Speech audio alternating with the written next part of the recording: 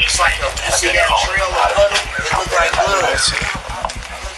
And I don't know what it is, you know. That's why I said car shit. I ain't finna look at it.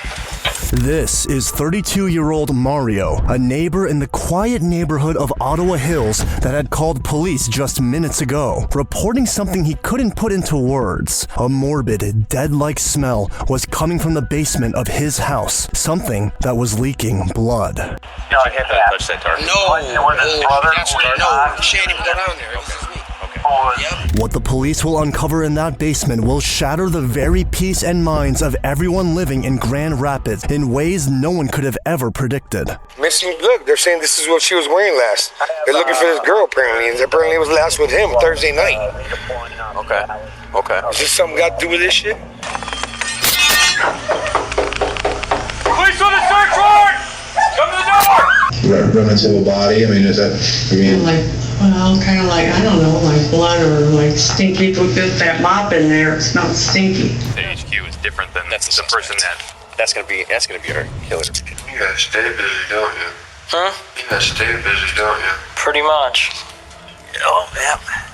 I can see some skin in there, so let's everybody back out. Little did authorities know that single phone call was about to launch the most shocking investigation of their careers. One that would span multiple crime scenes, dozens of hours of surveillance footage, and force them to uncover secret after haunting secret, all leading straight to one of the most twisted and sadistic minds they had ever encountered. Called 911 to get her help. He panicked and decided to do what he did.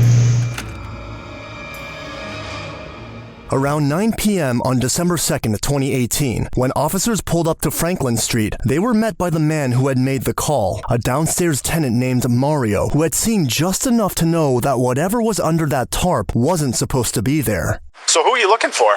Nobody. Listen, the thing is, well, we can walk back here. Y'all should go look back there. Yeah, I want y'all to come see. My neighbor, he you know, that kind of strange. He do some weed and all that. And this is his house? Yeah, no. We downstairs. Is he there right now, do you know? And for the last couple days, our apartment just had this real bad smell, you know what I'm saying? And she been telling me go in the basement for some time now. It's this house. Don't worry about it. But, so I go in the basement to check the pipes, see if the sewage that flooded or something. Yeah. It's nothing, but it's a tarp at the end of the stairs if I stepped over it. But when I come back, I'm shining my flashlight, and it looks like the blood is leaking from under it. And I ain't gonna touch it, because I don't want to lift that motherfucker up and see none of that. According to Mario, in the days leading up to the discovery, the neighbor had been acting strangely, lingering in the basement and visibly on edge. As more officers arrived on scene, they soon realized that they had walked right into an active missing persons case. So, who are you people? We live upstairs. You live upstairs. We live downstairs. We live downstairs. Is Ashley here? Who is Ashley? That's who's missing. We don't, that's who the girl was talking about. That's who they. Well, we don't know that she's missing. We don't know that. Make sure she ain't under there. I feel It's better. like blood coming from. Yeah, I feel better. She's not missing. Let's just be clear about that. Okay. That's what the lady said. Yes, I know. It sounds like there's a lot of drama going on, so we don't want to jump to any conclusions. We just want to make sure, because... Well, maybe it's a deer. I don't know. Right. Did you talk to before? Yes. Does he have more info on this? They don't know what they Yes, there's more to it. Yeah, the mom is looking for her because she is willingly hanging out with people she shouldn't be hanging out with. And just 3 days earlier, 31-year-old Ashley Young had been reported missing by her mother, Christine. A Kalamazoo native, Ashley worked at a call center, was enrolled in college, and was known by everyone who knew her as someone with a genuinely generous spirit. In later interviews, Christine explained that they both planned to meet on Thursday, November 29th, to co-sign Ashley's new apartment lease. When she suddenly stopped responding to calls and texts, even her mother's, Christine knew something was wrong, so she went to the authorities. I called the state police post. I talked to a state police officer and I asked him, my daughter is missing. Nobody has heard from her. People that hear from her on a daily basis, because we all know that doesn't matter what age they are, they're always on their phone. Ashley was never not on her phone. Nobody had heard from her. So he told me, because she was in Kalamazoo, That was her residence. I had to file a missing person report in Kalamazoo. Initially, Christine's report was turned away. Ashley was an adult, and without enough time having passed, she couldn't officially be classified as missing. So Christine took matters into her own hands, reaching out to Ashley's friends one by one until a name kept coming up, Jared Chance. Ashley had gone out to meet him on the night of November 28th, and nobody had heard from her since. Christine knew exactly who Jared Chance was. Years earlier, he had broken into Ashley's apartment and walked out with her computer, her money, and her medication. Ashley had eventually forgiven him, believed he'd changed, but Christine's instincts told her otherwise. Usually, spots on a leopard don't change. I never got a good feeling. It was like it wasn't right. There was something that just wasn't connecting. Desperate to find her daughter, Christine tried calling Jared directly, but he wouldn't answer. So on Friday, November 30th, she left him a voicemail. "Hello, Jared. My name is Christine Young. I am looking for my daughter. She was last with you. Is she with you? She needs to contact me. Tell her I'm going to contact the police department to do a missing persons report." According to Christine, Jared responded almost immediately after hearing the message. Because Mr. Chance and I had a few conversations, not just texting, but over the phone.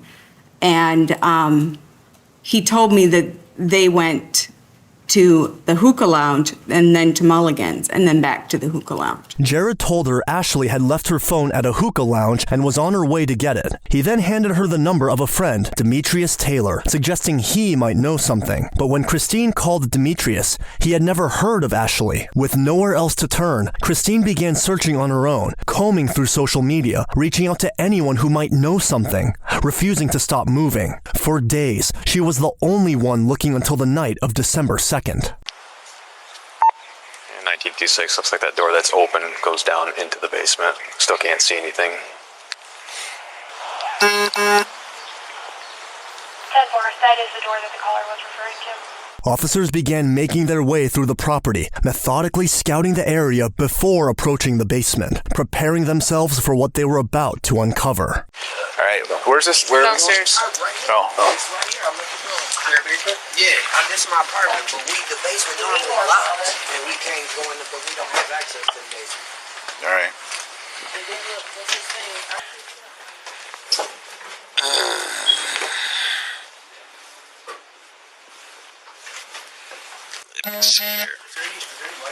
Any lights?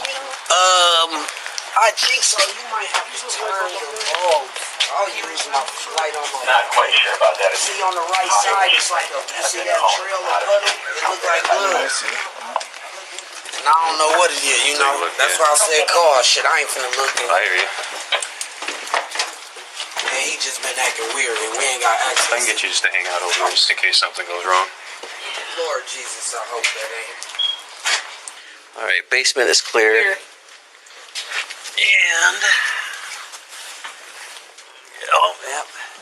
I can see some skin in there. So let's everybody back out. Inside the basement, exactly where Mario had described, was the tarp, and blood was seeping out from underneath it, with one of the officers noting that the whole area smelled of death. When they unwrapped the tarp, they made a horrifying discovery. Inside was a dismembered female torso, but the head, hands, and feet were missing, making immediate identification impossible. But it didn't take long before they began connecting the dots. It smelled like sewage, like.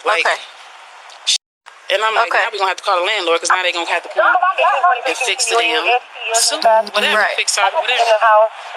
So if he had bought the house, even a white but it smelled, then he was burning it from me. So I'm like, what the fuck is he cooking? It's burnt, like it smelled like burnt shit. Like, it just smelled burnt. And I'm like, he finna kill us. And then after those two people came and knocked today, Who came and knocked? it was a man. Like I want to say he's I don't know. He looked like maybe a Latin, I don't know, Armenian, whatever. He looked. It wasn't the dude that was in the truck. No, it was somebody else. What did they say to you? That was today? No, I didn't knock. We didn't come to the knock. They just kept knocking. They pulled out, and then they got out the car again, knocked again. But the next, so they pulled into the driveway they came here? to the back, banging on the door. On the back door? On the back door, yeah. Two unknown males, you said? It was one male, and it was, I think it was a female in the car. This is the first car. When was this? Yeah, today, yesterday? It was today. Okay, so everything... They didn't knock on the door at all. I just seen. On your door? No, they didn't knock on the back door at all. Okay. They were just going through the garbage can. But I heard the door close. Our room is in the back. Okay. So I looked out the window. I'm like, Mario, come look. They're going through the garbage. And I said, I'm gonna go out there. He didn't want me to go out there. I'm like, I'm not gonna go out there because somebody going through our garbage.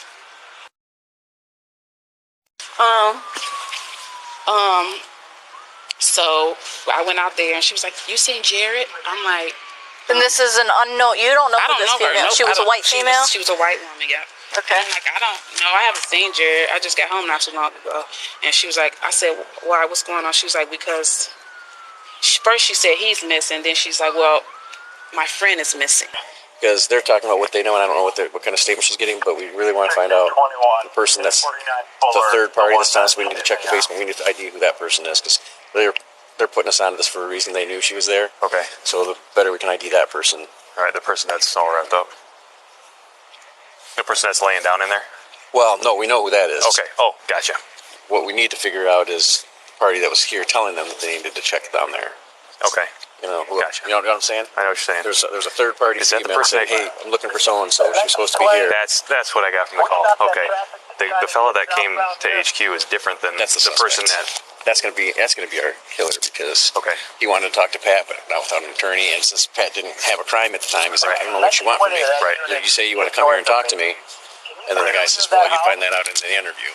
Earlier that same day, while Ashley's mom tried to get answers through social media, CCTV cameras captured Jared Chance and his father, James, walking into Grand Rapids HQ, saying they needed to speak with a detective. When the desk lieutenant came out to the front window to ascertain why they needed to speak with the detectives, James, a retired police officer, claimed his son was being harassed on Facebook, saying that he was the last one with a young lady who was missing. He also said that he might have information about a missing woman named Ashley Young. Officers initially directed them to the Kalamazoo Police Department, since that was where Ashley had been reported missing. But when they offered to speak with Jared directly about what he knew, James ultimately said Jared would not speak without a lawyer present. When they were told that no attorney was available, their mood shifted, and Jared and his father became visibly upset. As Jared began to walk out, James told the officers they were making a big mistake, then turned around and followed his son out of the station. Back on Franklin Street, medical examiners had just confirmed what investigators feared most. The DNA matched. The torso in that basement belonged to 31-year-old Ashley Young. Immediately, the officers got to work, while some secured the area with yellow caution tape.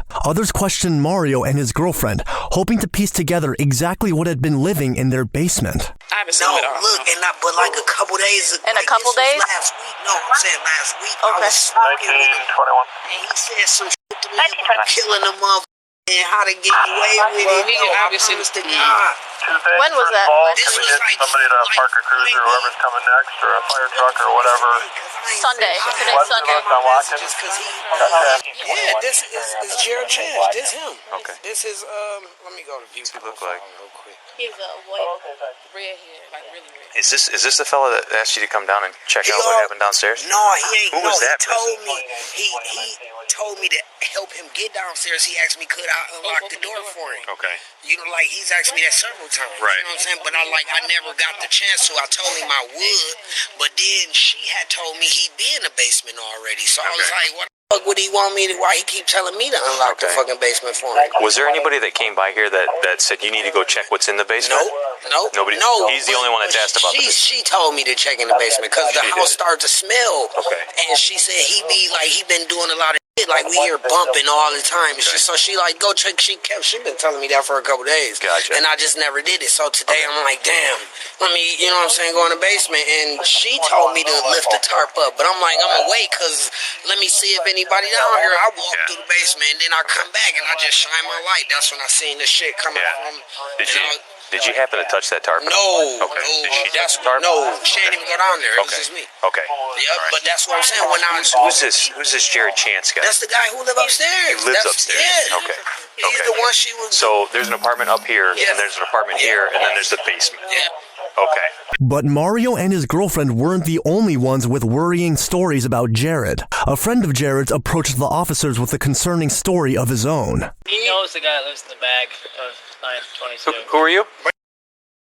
And who was it you were friends with? For Jared. I know Jared. Okay. Well, when I saw this on Facebook about him, so I'm like, what the f***? So I've been trying to call him. He don't answer. What's on Facebook? Something on her missing. Missing, look, they're saying this is what she was wearing last. They're looking for this girl, apparently, and apparently it was last with him Thursday night. Okay. Is this something got to do with this shit? We're not sure what we got. Where'd you get that wanted missing? Well, on Facebook, man. My son found it, and he sent it to me. So did you get it today, then? Yeah, just today. And that what kind of freaked you out a little bit? Yeah, freaked me out. So I'm like, what's going on? Is it saying that he's missing, too? No, it says that just she's missing. So then when I called Facebook, she's the one that posted it. Okay. She posted, hey, I'm looking for my girl that's last seen with Jared, blah, blah, blah. So I'm like, yo, I said, hey, what the fuck? So you don't know the girl that's actually missing? No, I don't. Never met her? No, but that's where I freaked out because he had called me on her line like back, I don't know, like, he called me this day, last week, November 25th. He called me, hey, bro, come over as soon as you can. Wake me up. My car got stuck in a ditch. I need you to come help me pull me out. I'm telling you, I help him out because he has nobody over here, bro. But then I told him, well, I can't go over here, pull him, whatever, that day, bro. Right. And then he went to work, whatever, I don't know, Monday, and then I didn't talk to him. Wednesday, he came over, and then all of a sudden today, they're telling me, I'm like, what the heck happened, You and Jared have been friends for 5 years? Yeah. Anything unusual about him or anything like that? No, dude, that's why I'm like, what the expect you to do with girls? I mean, that dude's in and out with all the time, and I ain't gonna lie to my son. He was going through a lot of bullshit with his last girlfriend. I hope he didn't snap on this chick or something all of a sudden. It's weird because one thing I noticed he's been on, because he was in rehab for pills. I noticed he's back on the pills and shit again. What kind of pills? I don't know. Jared's friend's phone was collected as evidence, and with multiple witnesses placing Ashley and Jared together on the night of November 28th, investigators now had a clear direction, and the basement was still giving them more to work with. Alongside the bloody tarp, officers found a number of unspent bullets and 2 spent .22 caliber casings hidden away in the basement's furnace. Casings of a gun, Mario said he recognized. Soon after, detectives arrive on the scene and attempts to get up to speed with the current situation. I got a guy over there sitting there who's Jared's friend. And Jared is our suspect? Jared is our suspect, Jared Chase, who showed up at the PD today. Oh, yeah, he's right here. He wrote down all the names of the people who lived here. He's a white guy. Mario, the neighbor here, just told me, he's on your paper. He just told me that Jared keeps a .22 pistol on the kitchen table upstairs. Okay. Oh yeah. And the kitchen's close to the back door entrance upstairs. 1920. Also told me that 4 or 5 days ago, the girl showed up in a Ford Focus. Here? Yeah, I got it. Is Sorry. where Jared is? Not yet. 1926 or 1820. Go ahead. At this point, there was no doubt about who their suspect was, and as officers worked the scene, Christine Young arrived at the residence. When they told her what they had found, she refused to accept it and asked that they check her eyes to confirm it was really her daughter. The officers had no choice but to deliver the most devastating part of the news. There were no identifying parts left to check. Christine was too broken in that moment to give a statement, but a close friend of Ashley's was there, and she gave investigators exactly what they needed to move forward. First she called me when she was at the bar with Jared. I mean, we texted all the time. So there's a lot of stuff on here about her, like she hung out with Jared. Mm-hmm. What about this past and then week? A picture of Jared, and I don't know who the other guy is. And then Monday it was after she hung out with him. And so was that the 29th or the week before that? It's the second. This was Monday, November 26th. Okay. The first one with Jared's picture is the 23rd. I don't know about the Friday, November 23rd. And then Monday, the 26th, was a lot of like she hung out with him. Yeah, I guess that's his brother. Just a lot. It's a lot of like, she talked to him. She liked whatever girl stuff, Have anything to do with her missing? Personally, no, I don't. I know he loves her. Okay. When did you last see her? Physically see her is when we went to the concert. According to Ashley's friend, the two had reconnected and begun seeing each other, going on dates, with Ashley sometimes sneaking out to meet him, knowing her mother wouldn't approve. To her, Jared was harmless, gentle, even, and not someone capable of hurting anyone. As much as the officers wanted to believe this, what they had pulled out of that basement told a very different story. Did she ever talk about Jared maybe wanting her to try to do something, or not sexually, but like drug-wise? Would he ever be like, hey, try this? She never said anything like that about it, but probably because she knows that I would never even worry about it if he did. I'm trying to see if there's a date. I don't think there's a. So what do you think has happened to her? I don't know. I feel like with Jared, that's the whole questionable thing, because I know like I said, the text message, she texted me and told me that they cuddled, because when she called me at 12:51 when she was at the bar with Jared. What day was that? The 26th? The Monday or the Friday? No, Wednesday. That was the last time she was seen with him. Oh, at Mulligan's? Yeah. They were? Yeah, she, 28th. Yep, yeah, that's why I talked to her Monday, Tuesday, and then Wednesday. So the last text that you got from her? The very last one I received was at 5:46 a.m. Thursday morning. What does that say? Thursday, November 29th. The first one she sent was at 2:47 a.m. She said I kissed him and he kissed me back, but we just cuddled. And I said, oh, at 3:30, 3:29. And then she said duck, which I think she meant fuck. And then a bunch of like little faces with like, her hand over her head. So I'm like, maybe they did something else. She said, that was at 5:16 a.m. Okay. And then at 5:46, the last one, she said, you were so right, he admires, but I think she admitted tonight that he used to like me back then. Thanks to text messages shared between the two friends, detectives were able to trace Ashley's final movements, from her drive up to Grand Rapids, to the Franklin Street apartment where Jared lived, to a local bar called Mulligan's. They also obtained a surveillance footage of them together on Thursday night from a restaurant next door. The footage showed Jared walking ahead, with Ashley following just a few steps behind, her knee-high black boots unmistakable on camera. A moment later, the two of them stood together in the parking lot, talking, looking like any other couple on a night out. It was the last time anyone would see Ashley Young alive. Armed with a search warrant, the special response team made its way into Jared's apartment.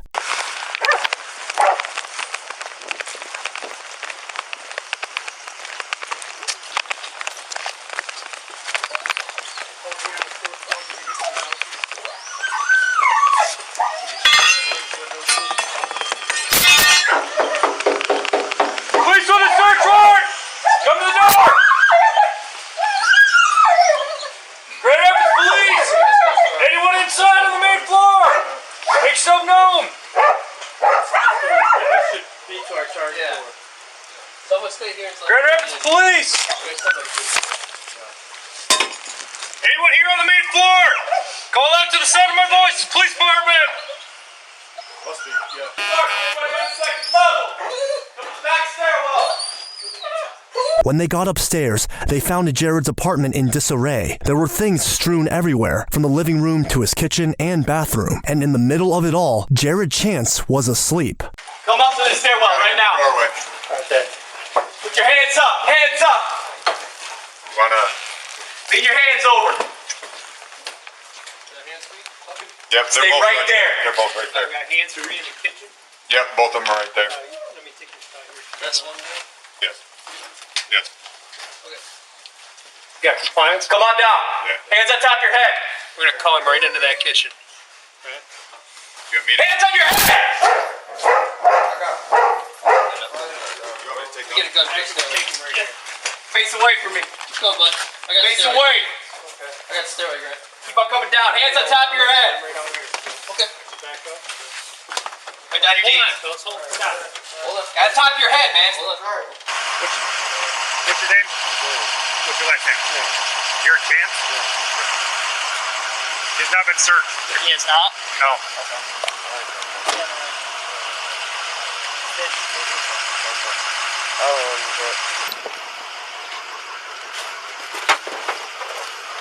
Putting the seatbelt around you, alright? You put the seatbelt on when you get it back there, that's fine. Alright.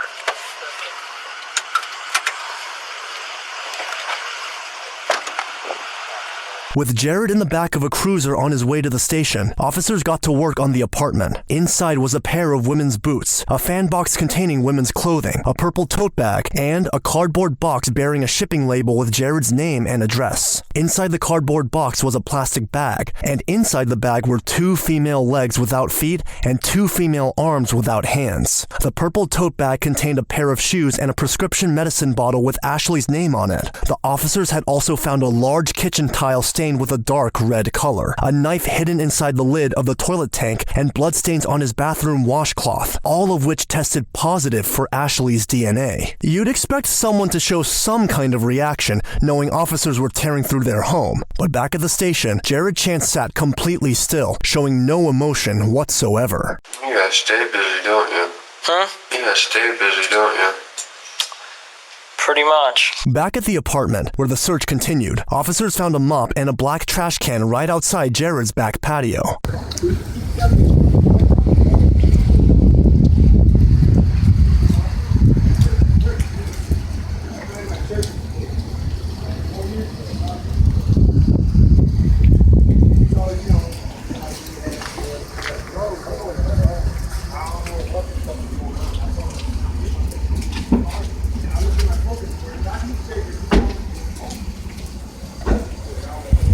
The trash can contained 2 saw blades, a pair of boots, gloves, a bathtub drain cover, a bottle of ammonia, a pair of pants with Jared's name on them, and a roll of plastic wrap. As the search for Ashley's remaining parts continued, detectives walked into the interrogation room, hoping to get answers from Jared.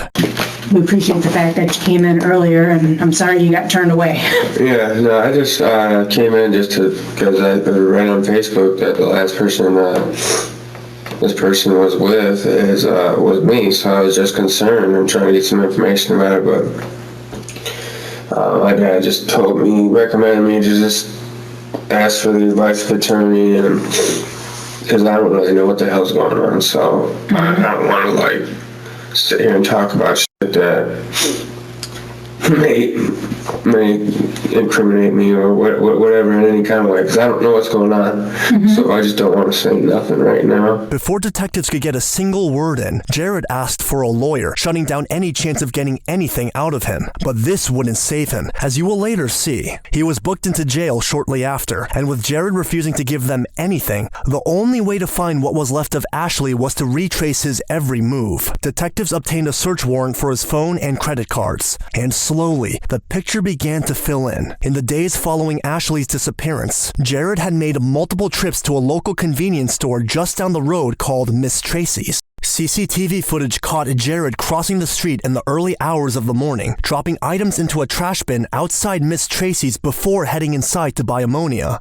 When officers searched that bin, they found latex gloves, a pair of his pants, Ashley's purse, and her ID. Between what he was buying and what had been found in his apartment, the sequence of events was becoming impossible to ignore. Ashley had been murdered in the kitchen, then dragged roughly 10 to 15 feet into the bathtub, where Jared had done the grisly job of dismembering her. But his movements didn't stop at Miss Tracy's. Phone records placed him making another trip, this time to his parents' home in Holland, Michigan. It didn't take long before detectives arrived at the family home with a search warrant. Inside, they found the largest piece of evidence, an electric saw with hair and flesh stuck on it, hidden under the couch in the living room, the type of tool used to cut through long bones. At this point, there was no doubt that James and his wife Barbara had known exactly what Jared had done. They were both placed under arrest and taken to the station for questioning. You understand the charges that they levied against you? Well, they're saying that it's a felony charge, and they're saying that I perjured myself at that meeting. Okay. And I don't know what that means exactly. Well, what kind of truth they want to get at. Yeah. And I know about the system of cold case hearings, which I'm really surprised that they're doing because it is not a cold case. And I know that this is a leverage system, which is seems to be quite brutal. Stakes are high. Yeah. So I don't know why Kent County engages in such behavior. That concerns me. Well, but I'm not blaming any officer or anything. I'm just saying I just don't. Anyway. Well, as we talked about, That's my opinion. While James initially refused to cooperate, Barbara in a different room was visibly shaken, barely holding herself together.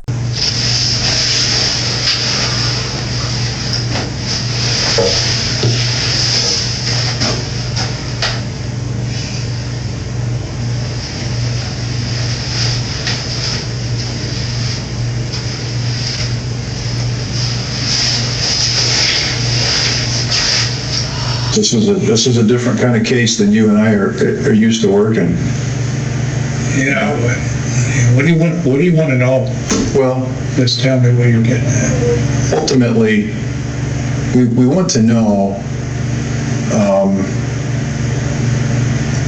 a couple of things. One is we need to recover all of this young lady. Okay, we need to find out. We don't say anything because we need to account for all of her. All right. Part of it is she's got a mother that is worried, just cannot sleep. All right, it's just this had, and I sat with her a couple times this week, and really that's a driving force, I think, for everybody working on this case is to help this mother out. You, as a parent, I think you can relate to that. It took some convincing, but the detective found the right angle. He appealed to him as a father, not as a suspect, and eventually James agreed to talk. You know, I'd like to make a statement to the fact that we're all victims here.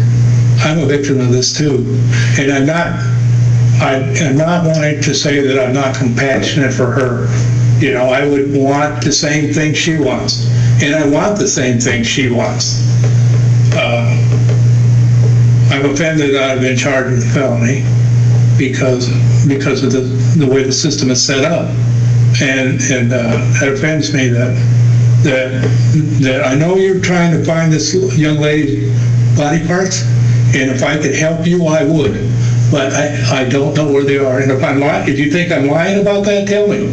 Well, I don't know. I mean, I don't know. I've only had one other encounter with you, and I thought it went pretty well. Yeah, and I'm not. I would definitely like to find, and you help me find it. You help me find it. What did I miss what did I miss that I didn't know where the parts were at? Mm-hmm. I brought Jared to this police department on Sunday. I brought him in. I saw the detective offices. The arrow pointed down to the clerk's not in. I brought him there to turn him in. Yeah, I know you did. Yeah, I brought him in to turn him in, and there was lack of communication somewhere between the detective division and the front desk. I know. Yeah. I know you're trying to do the right thing. And that should be a tape. If you tape things around here, you'll see me come in that office with him. Yeah, I know you did. I know you came down. So I'm not hiding anything. And if there was any evidence in my car at that time, they would have had the opportunity to get anything in that car because it was sitting right outside of the police department. It was sitting, anything they wanted, boxes or anything, right in that car. What was in the car? All I know is that I'm referring to the box that he had was sitting in the back seat, and some other stuff was sitting in and I can't describe it because I think there was some stuff in the back trunk of the car too. It's a Honda. James revealed that Jared had called, asking them to come get him. When they arrived, they helped him load several items from his apartment into the trunk. On the way out, Jared asked them to stop at a friend's car in a nearby parking lot to grab a few things. Officers followed that trail straight to Ashley's car. Looks like the door. Oh yeah, side. Oh, looks like it. Yeah, definitely. It's all scraped up on the top too.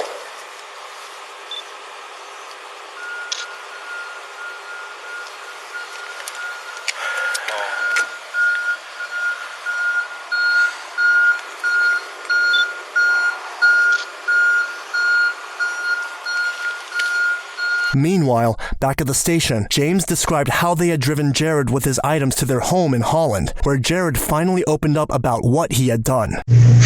Thursday, they must have been out partying, and then he did all the stuff, or they were partying on Friday, or whatever they were doing, and apparently they were fooling off a gun. And according to him, She pointed that gun at herself and shot herself in the face. And he panicked, big time.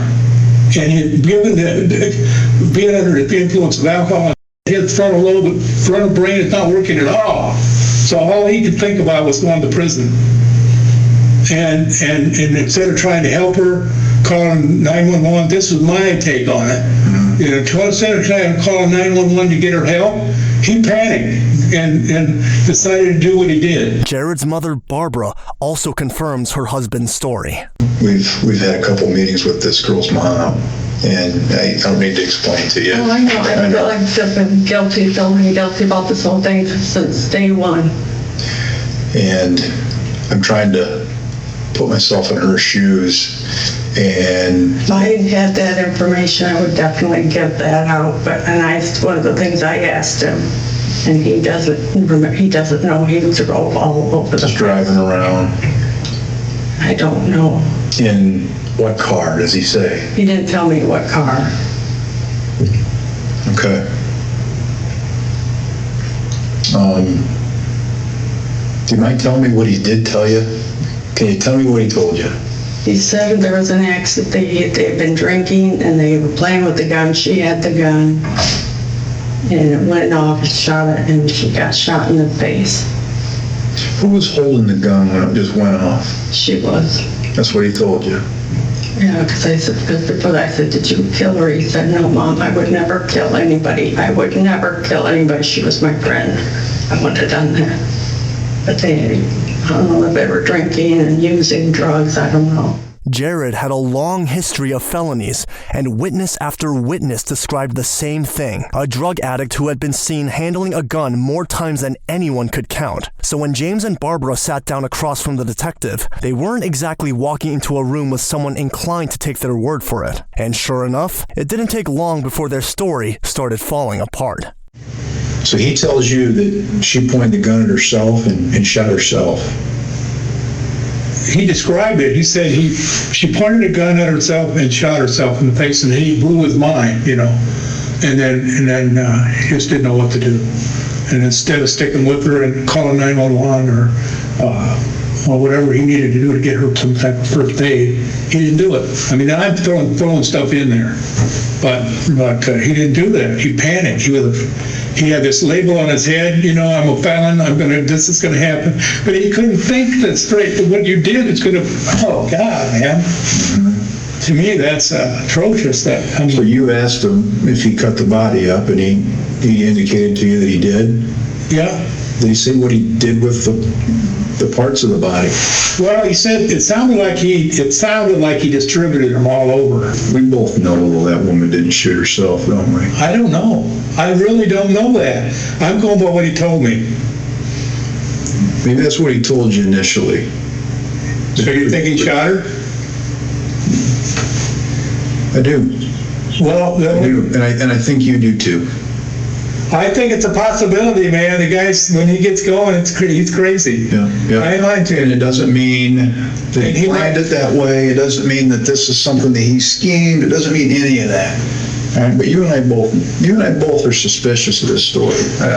I know you are. I can hear it. Yeah. And you know I am. I told you I am. Yeah. That's why I'm calling on you. What he told you more.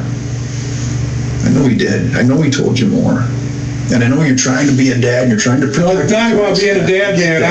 I will tell you what he told me if I can remember it or recall it. But your memory's good, because you remember that officer having white hair and a uniform shirt. Your memory's solid. But I didn't remember the part about the suspect. Okay, you did. You helped me there. I helped you there. What did he tell you? Tell me when. When did he tell me? What part? When he's telling you about what he did. And he's telling you some things that he did. What did he tell you? Tell me everything. He said that and I'm gathering that they were f***ing around with this damn gun. and and he said she took the gun and pointed at herself and it went off. Okay, let me stop you. You just said he pointed, and then you stopped yourself. No, I said that. You did. You said he pointed. I meant she. I know, but you're making these slips, and no, that's not nonsense. James tried to make excuses as to why he misspoke, but it was very obvious that he had used the word he instead of she. As for Barbara, she claimed she hadn't looked at what was being loaded into their car because she simply didn't want to know. Was anything left in the Honda after you guys leave that maybe not even know what was in it, that you, Conrad, or Mr. Chance got rid of? Not that I remember. All right, as far as you know, he removed everything out of there. I thought everything was out. Okay. Did you notice any smell in there? Yeah, there was a smell. Bad smell? But I thought it was the mop. You're in the medical field. Right. Did it smell like? It smelled stinky. Like possibly,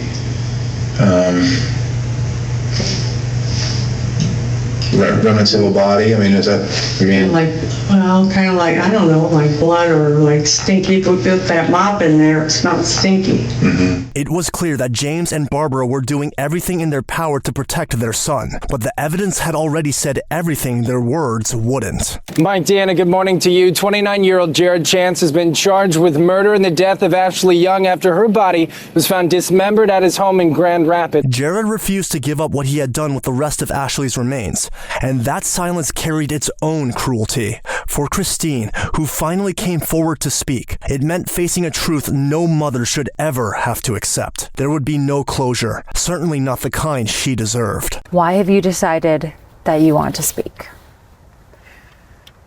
Because I want to bring my daughter home. They know, the parents know something. There are people out there that know something. I just want my baby. I want her to come home. Please. I need help finding her. I need help finding her. I do. I really do. I want her. In a last-ditch effort to locate Ashley's remains, a reporter sat down with Jared, hoping he would say what investigators couldn't get out of him. My name's Heather Walker. I'm a reporter with Wood TV8, and we've been hearing a lot about you. We've been hearing a lot about what happened to Ashley, and I just wanted to hear from you, give you a chance. What happened to Ashley Young? I can't even talk about it. You can't talk about it because you're so emotional, or? I just can't, well, that too, but, yeah, You were friends with Ashley? She seemed like a lovely girl, a bright girl. She was, yeah. I don't know. What went wrong? Were there drugs involved? Well, something went wrong because her body was found in pieces. For a brief moment, Jared's composure cracked, just barely, and for the first time, he looked like a man carrying the weight of what he had done. What did you tell your parents about this?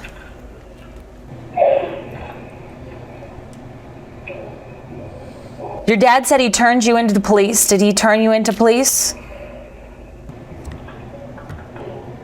I can't do this. I can't do this. I'm sorry, I can't do this. I'm sorry, Ashley's mom. I apologize, I can't do this right now. Do you have anything else to say to Ashley's mom? Despite every attempt to draw something out of him, Jared stayed silent and went a step further, rejecting a plea deal that would have made him eligible for parole after 31 years if he revealed the location of Ashley's remains. On September 10th, 2019, the trial of Jared Chance got underway. Then all you need to do, folks, is kill someone, hide the one part that shows the cause of death, and you get away. And the saw starts to vibrate. And then you feel the bite of the blade as it goes into her femur. If you didn't kill that person, which one of you would ever be able to do that to another human being? The prosecution didn't hold back. It was horrible enough to take a life, but to then cut through flesh, sever a spine, remove a head, strip away the lower legs, the ankles, the feet. These were actions that no normal, sane person would do. But Jared's defense attorney had a counter. Mutilating a body, he argued, didn't necessarily mean you were the one who killed that person. So you got to actually prove it's him who's done this. He admitted that he liked me. He had a crush on her back before. And then, in a move nobody saw coming, it was Jared's own brother who took the stand and became the final piece the prosecution needed. I don't know. Do you remember what was being said? I don't remember. Well, I know.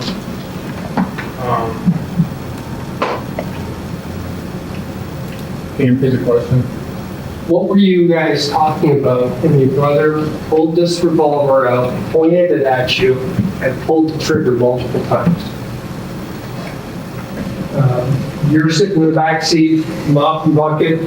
According to Conrad, he had been in the room the night Ashley arrived. He watched Jared pull out a .22 caliber gun, point it directly at him, and pull the trigger, without checking whether it was loaded. After both sides had been heard, it was time for the victim impact statements. Christine Young stood before the judge with her daughter's ashes in her hands and said her piece. Now, I cry 7 days a week! 7! Most days is to and from work. I do not sleep well. My mind never stops.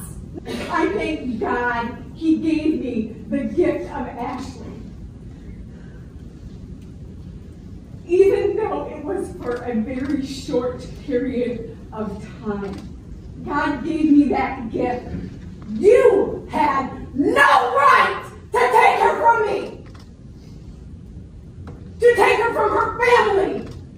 Jared Chance, I hate you. I want to rip you limb from limb